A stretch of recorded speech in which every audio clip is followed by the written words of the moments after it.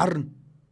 Misy olona tsy tia fanjakana ve sa ilay fanjakana mihitsy no efa mitsefitra? 80 taona mahery izay no nazahoany Madagasikara fahaleovantena. Fa tsy mbola nahitana fanjakana sy mpitondra tahaka ity ankehitriny ity mihitsy. Mpitondra tsy manaiky ho diso izany mihitsy. Na dia efa hita izao aza fa tsy misy mandeha amin'izay laoniny izay atao rehetra. Raha fanaratsiana mpanohitra izany, efa trany amin'ny fitantanan'ny Rajoelina no nampisy izany, koa efa tsy mahataitra ny maro intsony. Ilay IAM mihitsy no efa hitany vahoaka fa mitsefitra fa tsy araka ny fampanantenana. Ataony olona fiomezana fotsiny sisa ilay filoham-pirenena, mbola miseho manadio tena fa hoe tsy tompon'andraikitra, manoloana ilay tsy fahombiazana. Ilay taratasy nosoniavy ny mampizaka zom-pirenena frantsay azy any no tsy nolazainy fa nataony mpanohitra teto. Delestazy tsy voafehy, lazaina fa misy migafy. Ny mpisetra lavanila mitokony, misy ambadika politika avy amin'ny mpanohitra. Ny vidim-piainana miakatra, lazaina fa misy manafina sy noho ny Covid-19 sy ny ady any Ukraine.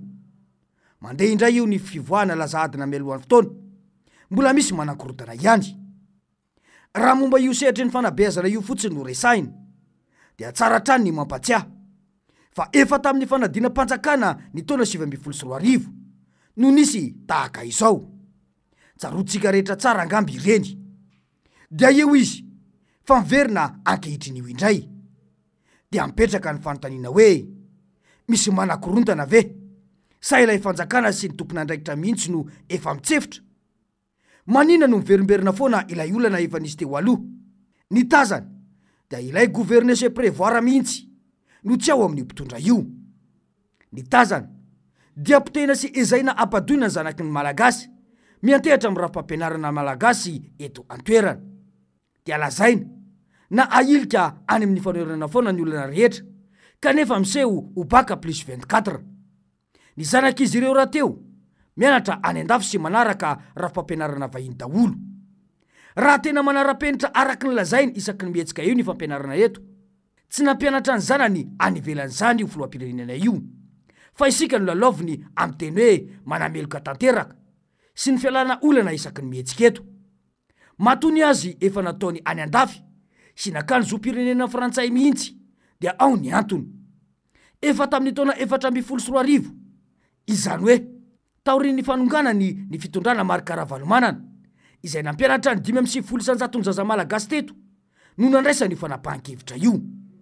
Raha olona ny saina ny tena fampandrosoana firenena izy, itsinjo ny zanaka malagasy mianatra eto, tsy nanaiky ny zanany hianatra any ivelan'izany mihitsy. Afaka manao renouvellement titre de séjour isan-taona ny mpianatra rehefa mbola anohy fianarana any ivelan'izany, koa tsy tokony afangaro ny resaka naturalisation sy ny filiation. Hoy indrindra mantsy ny fanazavana izay nataon'Andriamatoa Serge Zoviala Imbe, izay manampahaizana manokana momba ny toe-karena no sady efa kandida ihany koa tamin'ny fifidianana ny taona 2024 hoe nono avy ny zanako ny nangatahako azy. Zany zavadrany hitako émotionnel fa tsy ny politika ny teknika. Satria raha hianatra ny zanako ao, zay ty manandrato fianarana taty apita ihany, raha mianatra taty zahay, mianatra taty zahay, dia titre de séjour no hiainy anay sy idiranay amin'izany fianarana zany. Rehefa mahazo le titre séjour ianao, satria izy ny teny filoham-pirenena isaky ny enim-bolana dia manao renouvellement. Aty dia za isaky ny herintaona ianao manao renouvellement titre séjour mpianatra. Rehefa mpianatra manao titre renouvellement titre séjour amin'izay ianao, raha eo ny atao hoe résultat eo amin'le fianarana atao dia manao renouvellement isa-taona. Zay zany zavatra atao mandra-pahatafita amin'ny fianaranao. Rehefa tafita amin'izay koa ny fianaranao, raha mahita asa ianao any amin'le toerana, le toerana nianaranao na aty Eropa zany tiako tenenina amin'izay, dia manova statut ianao. Mazava amintsika rehetra angamba ny fanazavana izay nataony teo izay. Ny tena mahavariana dia ny tena fiheveran'ny Rajoelina ny vahoaka malagasy ho vendrana mihitsy.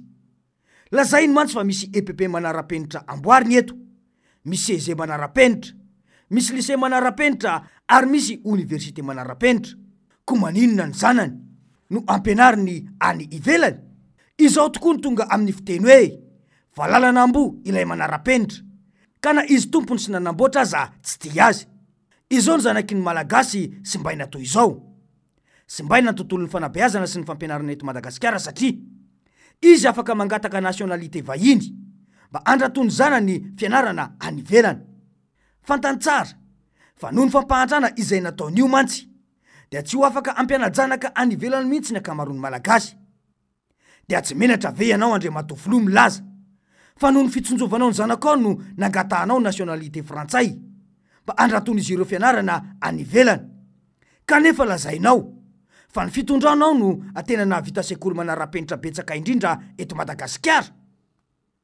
Tena manara-penitra tokoa ve ireo fotodrafitrasa ireo satria najiro aza tsy misy? Fa napadona vahoaka izany ary fa mitam-bahoaka ankitsirantsotra zao. Ny mpianatra mitokona ny vatsim-pianarana eto anaovana tifidanitra na vofe isan-taona, olana ny vatsim-pianarana tsy voaloha nandritra ny efa-taona be izao. Dia hoy hatrany ny fanazavana izay nataony profesora Jean-Louis izay mpampianatra pikariko eny amin'ny université n'Antananarivo hoe raha ny fijeriko azy amin'izao fotoana izao dia tena potehina tanteraka ny fampianarana eny ambaratonga ambony. Ny antony dia tsotra, eny zao efa misy amanjatony amin'ny arivony ny mpampianatra efa retraité nefa tsisy remplacement numérique. Mivokatra izany zavatra izany dia voatery leo mpampianatra vitsivitsy eo perinasa no manao ny asan'ireny mpampianatra efa lasa reny, nefa ny heure complémentaire na mivakatera hatramin'ny 2019 zao makaty tsy azo. Tena mampalahelo ny fikaroana moa dia milaza aminareo fa tsisy mandeha amin'ny laoniny any, tsisy moyen kory mba entina anaovana ny fikaroana zay ivalorisena ireo arena voajanahary misy eto amintsisy. Taraina daholo ireo mpampianatra, ireo mpikaroka mpampianatra any amin'ireny toeram-pikaroana reny tsisy fantatry ny ahany rajoelona ny momba an'izany, tsisy fantany zany fa dedadeda ny inona tisy teo dedehaka ihany zay ihany ny mamay azy. Mazava amintsika rehetra angamby izay ilay zanaka malagasy ny fanabeazana malagasy mihitsy no simbaina ankehitriny.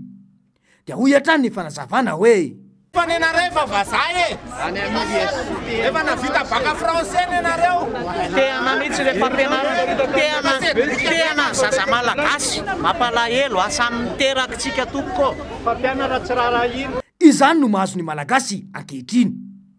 Na inona lazainy tsy matotra ny fandrindranareo mpitondra ny baccalauréat ary inena-potehina ny zaza malagasy amin'ny fanimbana ny fanabeazana.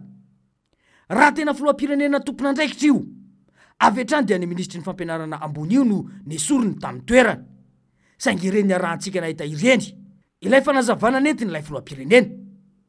Tsy meloka mihitsy hono ny ministra ary mahafehy ny asany fa misy vondron'olona mpanakorontana. Izany ve no atao hoe olona tompon'andraikitra? Anjarantsika vahoaka malagasy no mandinika zava-misy eto amin'ity Madagasikara malalantsika ity ankehitriny. Ny vatsim-pianarana korontana vomivoaka isan-taona, ny mpampianatra pikaroka tsy voakarakara tapaka hatramin'ny fianaran'ny mpianatra, ny fanadina-panjakana kabraraka ny fanatanterahana azy. Ilay fanjakana mihitsy no efa mitsefitra fa aza mody ahilika hoe misy andehan'olona manakorontana noho ny fankahalana fanjakana. Fa ahoana mariny?